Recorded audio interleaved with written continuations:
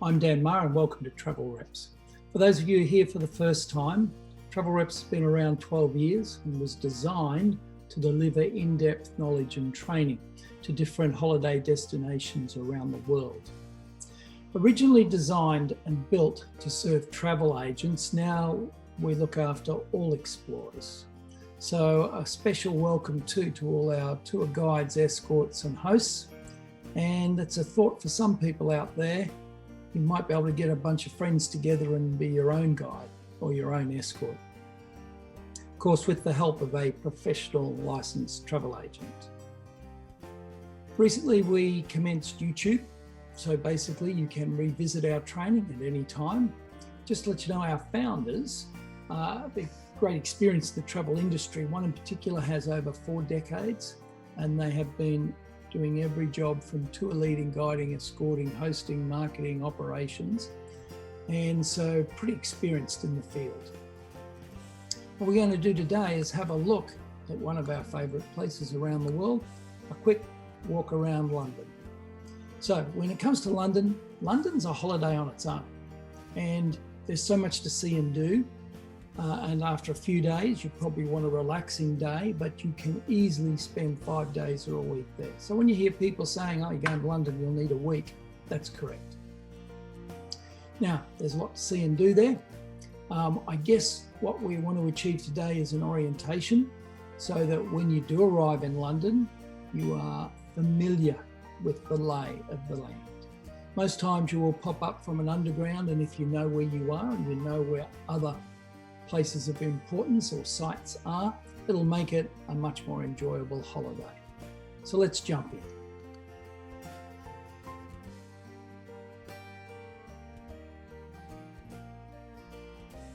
Okay, so now you should be able to see a map of London, which is great. We've marked a few features and we put in some yellow lines for the way to walk. What we're going to do for our tour, our quick tour, is go from the East Tower of London and of course Tower Bridge. Have a look at those. Then we're going to go along to St Paul's Cathedral, and from there we'll be heading over to King's College via Fleet Street. So then we'll make our way through to Leicester Square and Piccadilly, Trafalgar Square. We're heading south then to 10 Downing Street, and then to Big Ben, and on the way we're going to see the London Eye across the river. Then we'll do Westminster Abbey, Buckingham Palace, through Hyde Park to Kensington Palace and Kensington Gardens, then back to Marble Arch. So whilst that will take you 2.5 hours of walking, you might break it into 2 days, 3 days. As we said, not unusual for people to have longer holidays in London. So let's have a look at the Tower. Tower you might recognise. A lot of people mistake London Bridge for Tower Bridge. Here we have a great view of Tower Bridge. And on the north side of the river, we have also the Tower of London, often called Her Majesty's Tower of London. Famous for its architecture, famous for its build, and also famous because it houses the crown jewels. As we head west, we move towards St Paul's. It's about a 22-minute walk to the cathedral.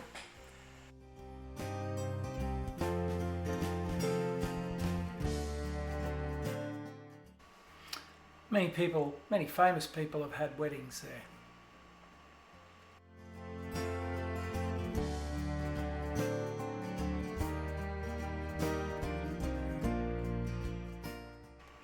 As we move west, we move on to a street called Fleet Street, famous and known for its printing and publishing, and in the 16th century, and then eventually became a centre of trade.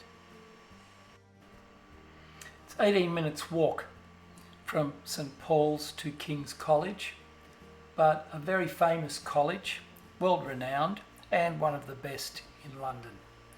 From there we walk along the Strand, a famous street in its own right.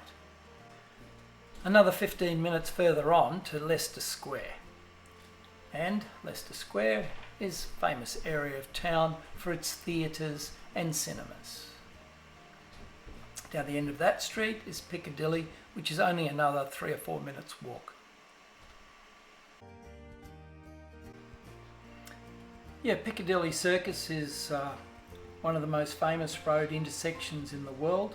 Its unique architecture surrounding it and the iconic advertisements from the wall that adorn the building, and also there is the statue of Eros in the middle. There's that famous board, you've probably seen the Coke sign on there many times. From here we have a lot of choices on which way we get through to Trafalgar Square. There's many different streets we can take and a lot to investigate in your spare time. Trafalgar's a little way off and we can take any of those streets through to there. Trafalgar, of course, very famous. It's only 7 minutes walk, probably 5 if you're fast, but on the top is Lord Nelson. So that's a monument to Lord Nelson and his achievements.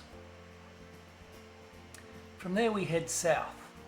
Heading south we've got a few famous spots, and one of them, if you get invited in for a cup of tea to this place, you'd probably definitely say yes.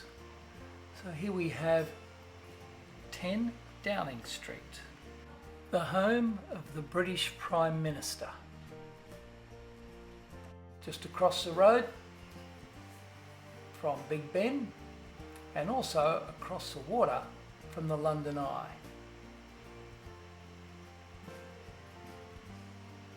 A very famous Ferris wheel. Then we have Big Ben wrapped up in scaffolding at the moment. Unfortunate, but hopefully by the time you get there the scaffolding will be gone and should be looking brand spanking new.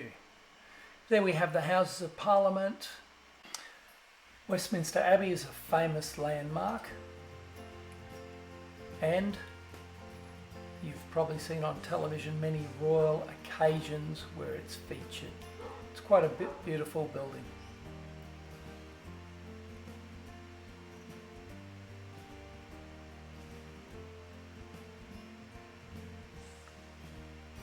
From here we're going to retrace our steps a little to the north and take us over to St James Park for a 15-minute walk to a famous place called Buckingham Palace, the main home of Her Majesty the Queen.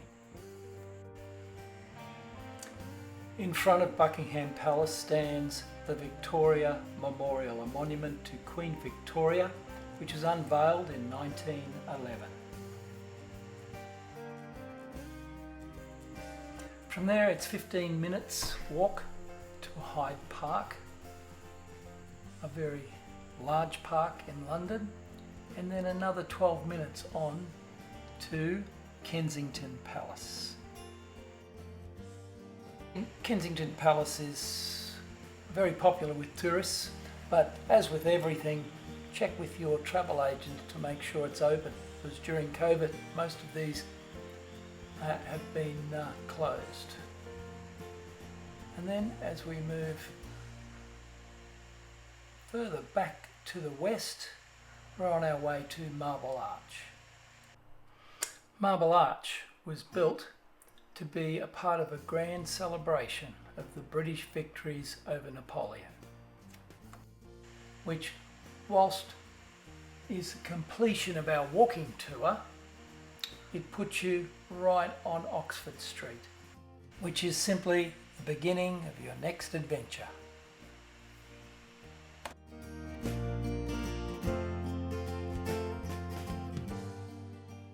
Over in the east, we went to the Tower of London. Then we moved west to St Paul's Cathedral. Then we moved to King's College, then over to Leicester Square, then to Piccadilly Circus and Trafalgar Square, then 10 Downing Street, the home of the Prime Minister of Great Britain. Then Big Ben, and we looked across the river and saw the London Eye. Then we went to Westminster Abbey, then through St James, then to Buckingham Palace, through Hyde Park to Kensington, then back to Marble Arch. And up here we've marked Oxford Street. Well, as you can see, there's a lot to see and do in London, just on a walking tour. But also there's a lot more that you can do. And I might mention the Natural History Museum, Sherlock Holmes Museum, Lord's, the home of cricket, plus of course the rest of the Monopoly board, a cruise to Greenwich. Meantime, that's probably a good day or a relaxing day because you're sitting down on the boat for quite a while to get down to Greenwich. And there's Windsor Castle, there's Wembley, and there's so much more. So hopefully you've enjoyed this orientation and it will help you with your efficiency when you go to London. And we also really appreciate your likes. So if you wouldn't mind clicking on the like button. If you'd like to follow us, we have a weekly update on different destinations around the world. But most importantly, travel well, travel safe.